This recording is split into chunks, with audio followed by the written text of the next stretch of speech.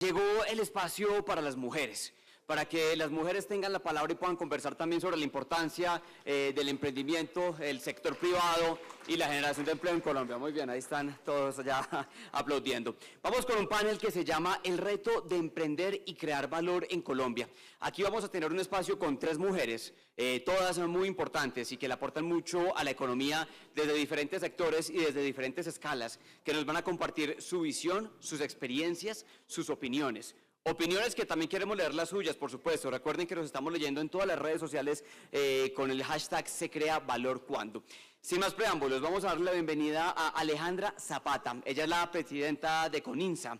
A María del Pilar Rodríguez, directora ejecutiva de la Federación Nacional de Empresas de Aseo. Y a Yamilet Bonilla, que es empresaria del sector de alimentos, de quien estuvimos hablando incluso desde el comienzo del panel. Señoras, bienvenidas y ustedes tienen la palabra.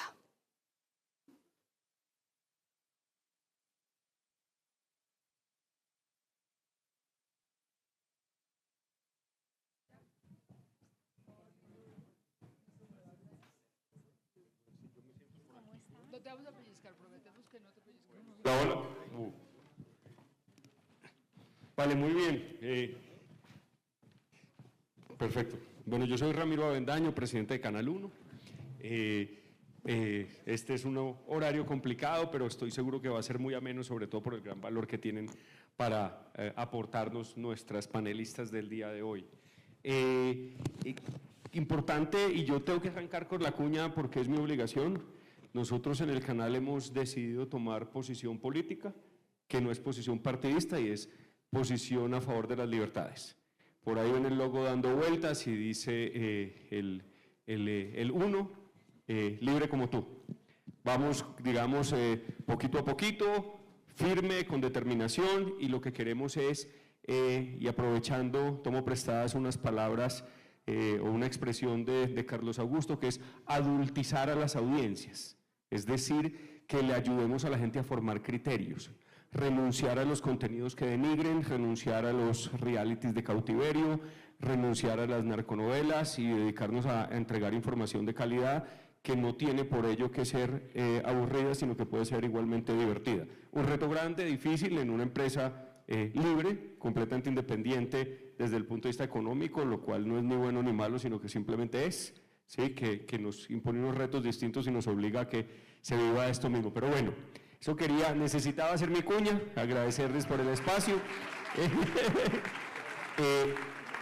Y bueno, hoy tenemos aquí sentadas a 3 empresarias que han sido invitadas y elegidas a la luz de representar áreas distintas, digamos, no solo en lo… Yo estaba buscando las gafas porque ya no un carajo.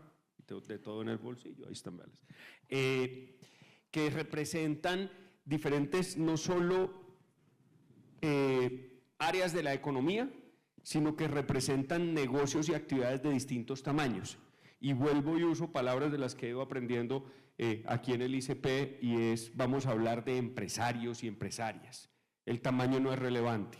¿Sí? Vamos a adultizar a la gente y no pensar que porque un negocio produce más dinero o menos dinero, entonces es un negocio más o menos importante. ¿Sí? Tuve un socio que decía que los negocios grandes y los negocios chiquitos son igual de difíciles de hacer, y creo que los que hemos hecho negocios sabemos que a veces se sufre más y es más complicado mantener al día un negocio pequeño que una gran empresa que tenga una atracción diferente. Entonces tenemos 3 empresarias aquí. Yamilet Bonilla, que a nuestra izquierda, que nos acompaña desde el Valle del Cauca. Ella nos va a contar ahorita a qué se dedica.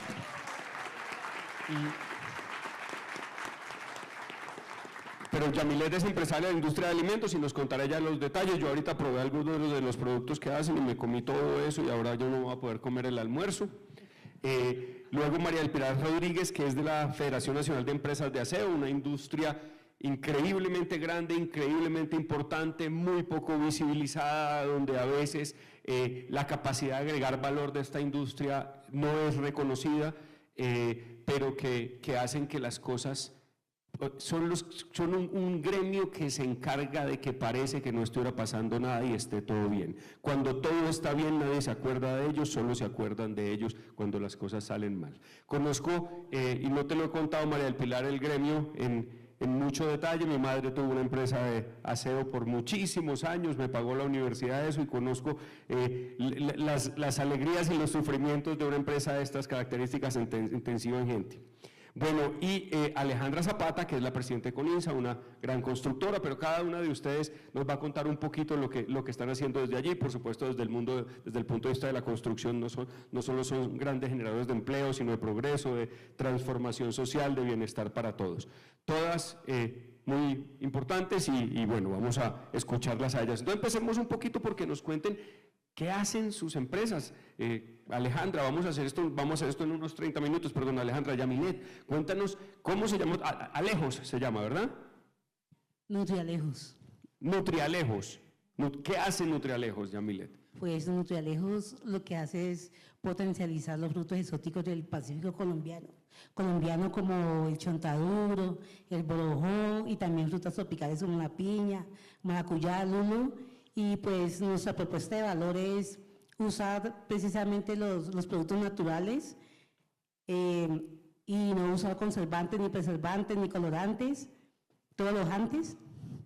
Entonces, ha gustado mucho porque es exquisito y natural. ¿Hace cuánto tiempo eres empresaria independiente? Desde el 2019, en plena pandemia, pues nacimos en la cocina de la casa de mamá, haciendo tortas, pues mientras que otros estaban encerrados, nosotros hacíamos comidas porque estaban encerrados. Y colocamos una panadería cerca de la casa y empezamos a trabajar lo que es panadería común y seguimos innovando con los productos exóticos. Bueno, seguiremos hablando ahorita. María del Pilar, cuéntanos un poquito de la Federación de Empresas de Aseo y del gremio del aseo, del negocio del aseo. Bueno, muchísimas gracias.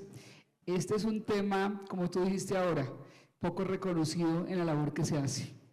El gremio está hoy en día, la federación cumplió 40 años y está conformada hoy en día por las 72 compañías más importantes de aseo en Colombia.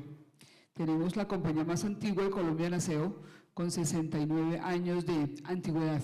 Entonces ya hablamos de empresas robustas, tenemos compañías grandes, medianas y pequeñas. Y lo que tú dijiste ahora, totalmente de acuerdo. Para un negocio pequeño, grande o mediano, los sufrimientos en el caso de aseo son los mismos. El tema social de nuestras empresas es bastante complejo porque nosotros hicimos la tarea hace 12 años cuando empezó el proceso de paz, entre comillas lo de paz, de recibir personal reinsertado del conflicto armado. Para nosotros fue importante apoyar realmente, no con palabras, sino haciendo la tarea de recibir personal reinsertado. Tenemos una masa bastante amplia, donde el empresariado colombiano colocó el dinero para capacitar a este grupo de personas que quisieron volver a tener una vida digna y un trabajo decente. Nuestros gremios, nuestras empresas, el 90% son mujeres. Muchas de estas mujeres, casi todas, son mujeres cabeza de familia con 2, 3, 4, 5, 6 hijos, que hace que sea un gremio todavía más difícil, porque es una mujer que trabaja en su casa y trabaja en una empresa, trabaja en un centro comercial, trabaja en un hospital, donde tiene una jornada laboral, obviamente por la que se le paga, pero también tiene un trabajo de casa que hace que se nos desgaste mucho nuestro personal urbano en mujeres, más mujeres que hombres, aproximadamente 450.000 mujeres y más o menos 40.000. Estoy hablando del gremio formal que tenemos registrado en las bases de datos de la federación, pero ahí tenemos una coyuntura que tú la debes conocer también muy bien, que es la parte informal del negocio del aseo a nivel nacional. Mucha gente contrata extranjeros por 20.000 pesos el día de trabajo, cuando realmente pues, es una persona que se está explotando en ese pago tan pequeñito que se le está dando. La federación ha impulsado los últimos años al trabajo formal. Hemos tenido obviamente discusiones con el gobierno cuando dice que todas las empresas de aseo no cumplimos normas, no. Le hemos refutado que algunas no cumplen, pero yo respaldo mis 72 compañías, donde a lo largo y ancho del país se viene haciendo una tarea y comparto lo que decía Carlos Chacón hace un rato. Capacitar el personal tiene que ser una norma estricta. Las licitaciones del Estado tienen que decir que las contrataciones sean con capacitación. El hecho de que sea una operaria de aseo, que se considera de un nivel básico es un gran error. Hay contratos de aseo donde el personal se exige capacitado, se capacita en desinfección, aseo no es solamente barrer y trapear, en desinfección, manejo de residuos, todo lo que tiene que ver con un componente químico, que la operaria sepa qué cantidad de producto usa en un hogar. Nuestra niña que nos acompaña en nuestros hogares ayudándonos, de pronto está gastando más producto del que debiera. Es porque le falta una capacitación que la federación además la dicta gratis. Y eso permite que esta señora use la cantidad de producto adecuado y no exagere en el uso del producto. Estamos haciendo mucha fuerza en que los productos que se usen sean biodegradables. La gente cree que un producto económico, porque huele rico, es un buen producto. Y hay errores en eso. El producto puede oler rico, pero no ser de una eficiencia. Lo probamos durante el COVID, donde la fuerza laboral de aseo puso el pecho, trabajamos, no paramos, atendimos todo lo que es limpieza hospitalaria y diferentes sitios, y se demostró que un buen producto no es el más económico, pero es un buen producto que sí realmente mata gérmenes y bacterias. Entonces, en esa tarea, la Federación ha trabajado muy fuerte en ese tema de capacitar a los operarios básicos, los toderos, los jardineros. El manejo de residuos es un tema bastante importante. Cuando mirábamos ahora las rutas y el tema medioambiental, el tema ecológico tiene que ser entendido desde la base del aseo, desde la fuente, la separación de productos, y es básicamente lo que el gremio viene impulsando en estos últimos años. Muchas gracias, María del Pilar. Cerca de 500.000 de personas entonces trabajan Sí, en la industria. ¡Wow! Todo. Bueno, Alejandra, cuéntanos un poquito pues de una constructora que todos conocen, pero cuál es el alcance a nivel nacional, qué tipos de proyectos tiene, cuánta gente trabaja allí, para empezar ya a tener la conversación en la que estoy seguro que vamos a encontrar rápidamente puntos comunes, a pesar de estar en industrias y tamaños tan diferentes. Bueno, gracias, Ramiro. Coninsa es una compañía de 53 años en el mercado, conocida por proyectos emblemáticos en infraestructura, como el Túnel de Oriente, como el Cubo de Colsubsidio, como Porce, Hidroituango. También en vivienda entregamos normalmente 3.000 viviendas aproximadamente en el año, y este año vamos a completar 30.000 viviendas entregadas, y con eso 13 millones de metros cuadrados en la industria o en el sector de la construcción. Es una compañía que también tiene una línea inmobiliaria donde administra 7.000 activos en renta, y una compañía de operación de multifamily.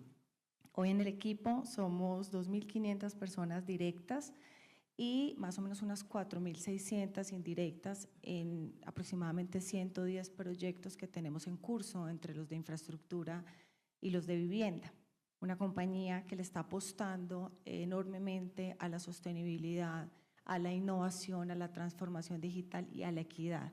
Y creo que muestra de eso es tener una mujer presidente hoy, después de 22 años que estuvo Felipe, una persona que yo estoy pidiendo, que además era, pues, digamos que accionista de la compañía, y decide entrar una persona del mundo de la innovación, del mundo de la transformación digital, que estuve 18 años en el retail, en una multilatina muy importante en tiendas por departamento, donde fui su vicepresidente encargada de expansión y desarrollo. Entonces eso, digamos que para poderle dar espacios a todas y entrar en materia, eso es lo que te puedo decir de Coninsa. Vale, Alejandra, ahora te toca a ti de nuevo la pregunta, de modo que vayamos variando y no se nos vuelva un carrusel aquí y nos aburramos. Y es, bueno, estás, digamos, en una industria increíblemente sensible que tiene mucho, digamos que está íntimamente ligada con el desarrollo económico, es decir, es un gran termómetro del desarrollo económico, de la generación de empleo, de las regulaciones. ¿Cuáles son los retos más importantes que está viviendo el gremio de la construcción e inmobiliario? Porque nos contaste también de ese asunto actualmente, y si esos retos están muy ligados con la administración de los últimos 2 y pico de años, o son retos que vienen ya allí de un tiempo para atrás. Bueno, yo aprovechando la Semana Santa hice como esta reflexión de temas de retos, y creo que podría uno pensar que un gran reto fue la pandemia con el alza de los costos de la construcción, pero lo que siento es que año tras año pues llega un reto distinto. Están las políticas, digamos, nacionales, pero también las internacionales y cómo afectan los costos de la construcción estas decisiones internacionales. Están las reformas, estaba inclusive en un principio la inteligencia artificial, que nos parecía retadora, hoy ya está asumida y hace parte de nuestra vida y la vemos es como una oportunidad. Entonces, todos estos elementos que parecen retos, a la hora de la verdad, pueden convertirse en oportunidades cuando uno tiene esa capacidad de cambiar de mentalidad y de llevar a los equipos como con una visión súper clara de hacia dónde quiere llevar uno la compañía, porque los equipos sí necesitan un liderazgo, por lo menos alguien que les diga cuál es el norte, que se lo esté comunicando, que esté garantizando que eso está llegando hasta la base de la organización, que les dé seguridad y que se dé toda esa adaptación a los cambios que efectivamente se dan. Efectivamente hay retos complejos. En los últimos años la industria, digamos el sector de la construcción retrocedió más o menos unos 12 años. Hoy estamos en ventas de vivienda de lo que teníamos hace 12 años. Entonces sí hay un reto muy fuerte, pero cuando uno logra pensar distinto, meterle tecnología a los procesos, volverse eficiente, pues tiene que levantarse a hacer lo que nosotros sabemos hacer, y es ganar mercado, tener empresas rentables, incorporar equipos, retenerlos y atraerlos para que las metas efectivamente se puedan mantener. Entonces, acá, pues para cerrar esta intervención, yo reflexiono mucho sobre el papel del sector privado, y nosotros somos los que incorporamos o los que, digamos, más generamos empleo. El 80% de la generación de empleo del año pasado la generó el sector privado. Somos flexibles, somos ágiles en las tomas de decisiones, somos capaces también de unirnos con el sector público para atraer capital para proyectos de infraestructura, de telecomunicaciones o de áreas, digamos, críticas en algunas ocasiones, pero también tenemos que dar utilidad, tenemos que ser competitivos, tenemos que ganar mercado, y eso lo que nos hace es ser creativos y todo el tiempo estar pensando cuáles son esos productos y los servicios que van a responder a la demanda de los clientes. Gracias, Alejandra. María del Pilar, difícilmente puede pensar uno en una industria que sea más intensiva en capital humano, digamos que seguramente la inteligencia artificial vendrá a hacer un montón de cosas y por ahí pruebas con robots, etcétera, pero no ve uno casi nada pasando en la vida real. Nos contabas del reto, por ejemplo, de contratar de forma ilegal o abusiva a los trabajadores, pero por otro lado supongo que hay inmensos retos también en que la gente esté buscando otros tipos de profesiones y esté pensando en que se va a ir a la industria de call centers, y ahora tenemos encima una propuesta de reforma laboral con oportunismo de consulta popular. ¿Son esos los retos más importantes hoy del sector? Y si nos puedes describir un poquito con más detalle, por supuesto, si es que son y si no los que consideras tú que son. Estamos de acuerdo. Los retos más difíciles que tenemos en el gremio del aseo son la parte política, por la variedad de sucesos que no son coherentes y ocurren.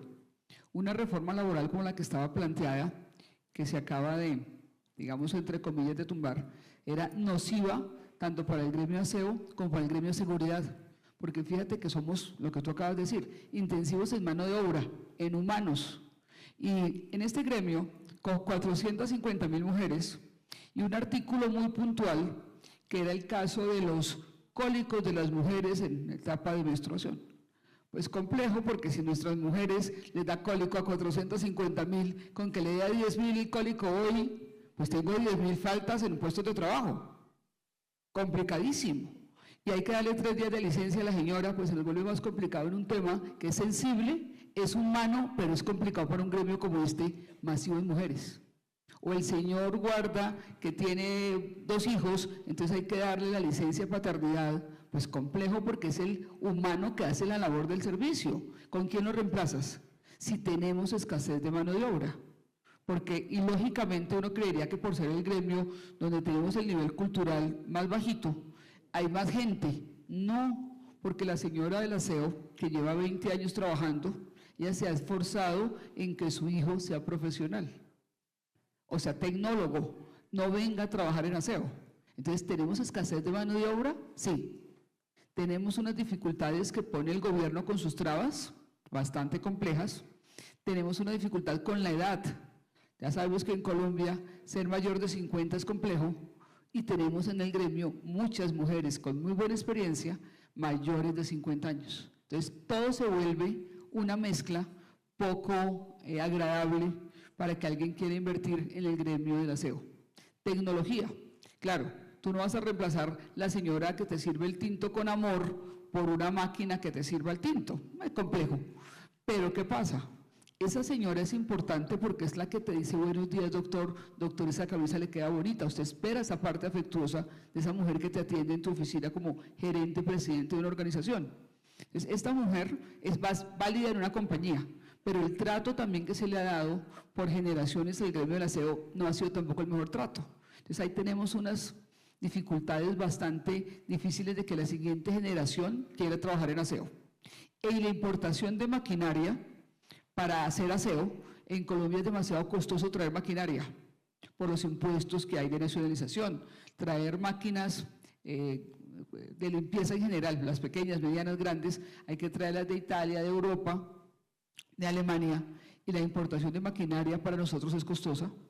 Que maquinaria china o japonesa, valedero, pero si se daña una pieza de una maquinaria en Colombia que no tenga el repuesto, tenemos un problema porque la máquina dura estabilizada 2-3 meses y es complejo.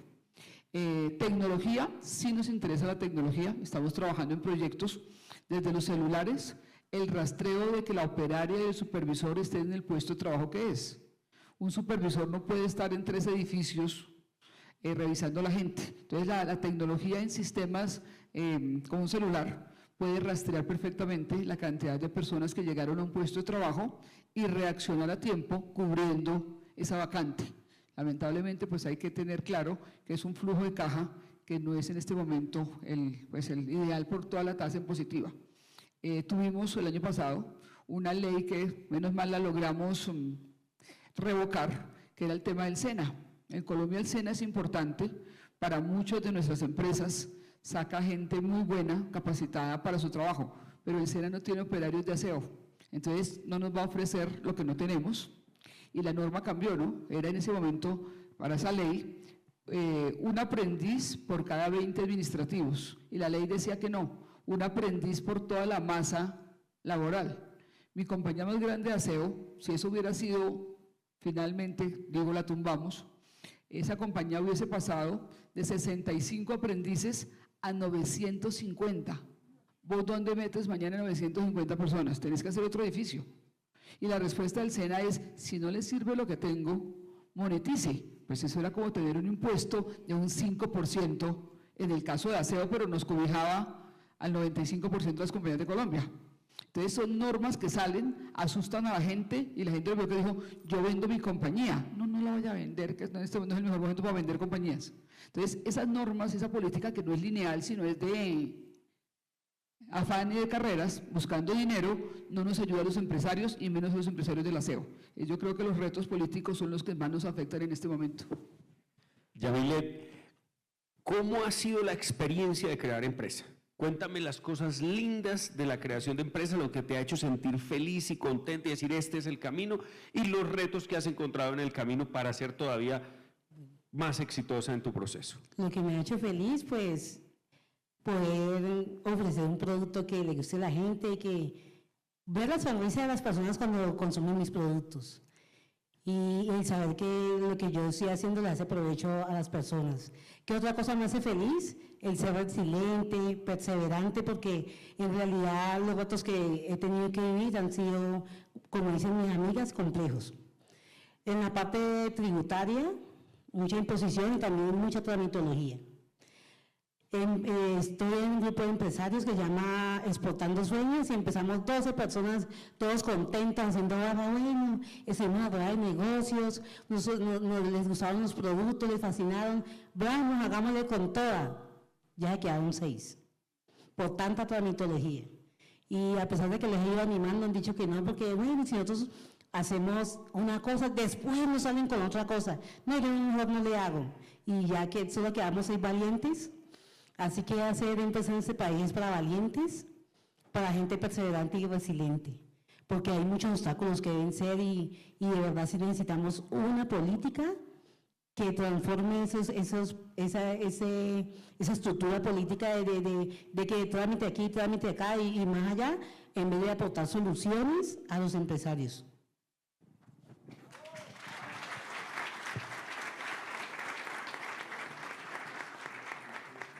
Yamilet, ¿te arrepientes de haber arrancado tu empresa? Para nada. Para nada. Para nada. A veces me preguntan, vea, si se le pagaran un mejor sueldo, ¿se iría a una empresa y dejaría de ser empresario? Y digo, no. Eso sería algo que va en mí. Bien. Alejandra, ¿cómo está, digamos, porque ahora estábamos, digamos, el panel anterior que es muy importante es como de desregulación y creo que la mayoría de nosotros vemos eso como un sueño, como pues dejen de poner trabas, ¿verdad? Sí, o sea, alguna vez tuve un jefe que decía que nosotros los colombianos éramos descendientes de los franceses, como los argentinos, ¿no? Que vivíamos por el moto de para qué hacer las cosas simples si las podemos hacer complicadas. Porque aquí pasan esas cosas de la cédula del 150%, de la postille, términos inventados de todo tipo para complicar las cosas. Ahora anunció el Ministerio de Comercio la semana pasada que entonces vamos a tomar medidas para ver la seguridad de los vehículos, una nueva regulación para medir la seguridad de los vehículos que vienen de Estados Unidos, entonces no les va a servir no nos va a servir ese estándar. Pero por otro lado, digamos, estamos viviendo un momento también complejo con el tema de los aranceles de Trump y su política internacional, etcétera. Desde el punto de vista regulatorio general, ¿qué retos hay? ¿Qué está pasando, por ejemplo, con el tema del acero para la construcción? ¿Qué pasa con los temas laborales? ¿Qué retos en regulación son importantes atender para garantizar sostenibilidad de la industria y sobre todo que estamos hablando de una industria pues, que genera una cosa maravillosa, pues que es como el tener casa propia, ¿verdad? Que es uno de los anhelos más grandes del ser humano. Mira, yo siento que lo más importante es tener estabilidad jurídica. Hay un montón de regulaciones, sobre todo en este sector, pero cuando uno no tiene trazado el camino es complejo invertir y cuando le van cambiando las reglas de juego en el camino es bien difícil después darle una vuelta a un proyecto. ¿Cuántos proyectos en este país no se caen por temas externos, por temas de norma, por regulaciones excesivas, por reformas que después ya no te dan los costos y te toca abandonar un proyecto manteniendo la motivación del equipo, saliendo a buscar otro proyecto para reemplazar? Es bien complejo sacar estos negocios adelante. Sin embargo, yo quiero ser muy positiva. Yo soy una persona como positiva e inteligente, o sea, que piensa que sí hay muchas cosas pasando en el camino, pero necesitamos encontrar caminos para ver cómo hacer las cosas mejor, para poder cumplir con las metas, para poder generar empleo. Yo creo que en este sector hay un tema de mano de obra muy complicado para el futuro. La tierra, si no habilitamos tierra, va a ser muy complejo poder tener viviendas en un futuro si no nos ponemos en el tema de regulaciones, por ejemplo, ambientales. No va a haber agua, no va a haber electricidad para abastecer esa demanda, digamos, cuantitativa de hogares que para darte una cifra, nosotros deberíamos estar construyendo más o menos 250.000 viviendas al año por 5 años para poder acabar con esa brecha cuantitativa que tenemos. Y estamos construyendo, si acaso, 135.000 este año. Como te digo, nos reversamos 10 años. Entonces, sí siento, como lo hablamos en el panel anterior, que si empezamos a abolir muchas de esas regulaciones, vamos a poder encontrar un camino donde colectivamente, entendiendo las comunidades, entendiendo las regiones, podamos crecer. Pero sí tenemos que empezar a revisar muchas de esas regulaciones. Bien, dentro del tema de regulación y dentro de tu negocio también, pero no ese que yo mencioné de vivienda, digamos, Colombia es un país visiblemente atrasado en los temas de infraestructura. Tú mencionaste que dentro de los decenas o cientos de proyectos que han hecho, hay 2 proyectos icónicos como Hidroituango, el túnel de Oriente, etcétera, pero aquí estamos en un país donde seguimos celebrando cada que un túnel queda hecho porque no hay túneles, ¿verdad? Y las vías siguen siendo de calzada sencilla, llevar un contenedor o traerlo de Buenaventura es un parto literalmente, y además conocemos los costos, etcétera. ¿Qué es lo que tiene a Colombia tan atrasado desde el punto de vista de infraestructura? La estabilidad jurídica. Es que te cambian las condiciones de los negocios a medida que ellos están avanzando. Entonces, si como compañías no podemos hacer una revisión con esas bancas multilaterales que son las que nos financian de largo plazo, pues no van a cerrar ninguno de los proyectos. Yo creo que ese es el tema como más complejo, y el entender que hay muchos proyectos de infraestructura que en este momento están estancados, que deberían estarse ejecutando, y pues desafortunadamente el gobierno nacional no los está sacando. Sí, bueno, decían, y además salió en los medios, quizás la asamblea de Grupo Aval, y salía el doctor Sarmiento diciendo que les iba a tocar buscar proyectos en otros lados porque no estaban viendo más oportunidades aquí, o tal vez Corficolombiana, pero se vuelven temas de inmensa complejidad. María del Pilar, con los temas de la reforma laboral, que como dices tú se cayó, pero ahora va por consulta y no sabemos esto a qué va. ¿Han tenido buenas conversaciones con el gobierno para poder explicar las implicaciones realistas 360 de este tipo de cosas y no las fantasías de que entonces como voy a cobrar 100% de recargo el domingo, entonces pues la gente va a ganar más plata y todos vamos a ser más felices, y no el hecho de que probablemente la gente va a ahorrar por ahí y es malo para todos? Ha sido difícil. Hemos estado en mesas de trabajo, pero cuando las 2 partes no quieren hablar y una quiere tener la verdad, pues se vuelve complejo. Hemos demostrado con cifras, con datos, lo que el gremio produce, lo que el gremio factura, qué tipo de gente hay en este gremio, tratando que el mismo Estado entienda lo que les decía al principio, el tema de inclusión, aquí recibimos, se las tenemos con nombre y apellido y cédula, cuántas personas hemos recibido de los diferentes conflictos que tenemos en Colombia, cuántas personas afro hemos tenido, cuántos indígenas tenemos, o sea, demostrando que la inclusión con el gremio aseo sí es cierta. Hemos hecho las campañas de que entiendan, claro, en Colombia existe el ICBF, pero no todas las mujeres de Colombia tienen un IFE, una casa, una guardería cercana a su hogar para dejar su bebé. Entonces, vea, el gremio privado tiene guarderías donde cuidamos los bebés perfectamente bien cuidados. Hemos hecho alianzas con la Iglesia Católica, donde las congregaciones tienen hogares y nos cuidan a los bebés. Le decimos al gobierno, vea, esto hay que poner la plata para cuidar a los bebés, la alimentación, los pañales, denos un descuento tributario por lo que estamos haciendo que a usted le falta por hacer.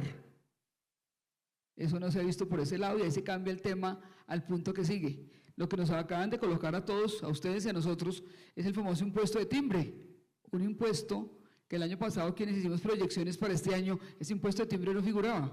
Entonces eso es lo que decía ahora aquí nuestra compañera Alejandra, la estabilidad jurídica nos mata. Tú proyectas una vía con unos costos y cuando te aparece un impuesto dice, ¿y este dónde lo acomodo? Entonces ese tipo de temas jurídicos, de leyes, de normatividad, afectan de frente todo lo que tenga que ver con este gremio, donde tenemos obviamente la parte humana, la reforma en el horario de arrancar a las 6, a las 7, a las 8 de la noche, defina cómo vamos a arrancar. Tú no puedes llegar a un contrato que ya está caminando a decirle, le voy a cambiar el precio del contrato. Cuando tú dices eso, te dicen, claro, si la ley dice que hay que ajustar un impuesto, ajústelo. ¿Y cuál es la respuesta? Saque gente. Si vamos a subir un 5%, sáqueme 20 personas y yo le pago lo que usted está pidiendo. Entonces, las leyes no están claras de que en un gremio masivo de humanos, lo que ponga va a ir automáticamente a sacar personal de nuestros contratos. Creo que en construcción nos pasa lo mismo y aquí pues obviamente que es evidente que un centro comercial que ha bajado sus ventas Pues tú no le puedes ir a decir que le va a subir el costo del aseo y la seguridad en un 5%, porque pues que tengo que pagar 2 impuestos más que me puso el gobierno. Claro, usted paga el impuesto, pero sáqueme gente, porque lo que yo tengo no me da. El centro comercial no está vendiendo, ni siquiera para que toda la gente de los centros comerciales tenga todos sus locales al día en cartera, no está pasando. Es una queja reiterada. El mismo Estado, los contratos de aseo se rigen a través de Colombia Compra Eficiente. Entonces eso es otra historia que si la contamos nos alargamos mucho, pero implica que tenemos una normatividad también con Colombia Compra Eficiente, y donde tú no le puedes cambiar el precio a un contrato porque sea un contrato del Estado o no lo puedes cambiar y tienes que darte el costo de lo que suba. Si el café sube, usted dijo que tenía que traerme tantas libras de café al mes y tiene que traérmelas, ¿sí? Tenemos cuando sube el dólar nos afecta porque las materias primas para hacer insumos de aseo, la mayoría son importadas. Hacer una escoba en Colombia, lo único que tiene la escoba de Colombia será los empaques, porque la microfibra se trae de la China y el mango para hacer se trae también, es importado. Entonces la escoba tampoco es colombiana y no puedes usar escobas colombianas. Estabilidad jurídica. Yamilet, la charla anterior que me pareció muy, digamos, muy al lugar, además es un sueño, lo vuelvo a decir, el tema de desregulación. ¿Sí? Y me gustó mucho el concepto de que lo primero era no simplificar la regulación, sino decir, ¿esto para qué sirve?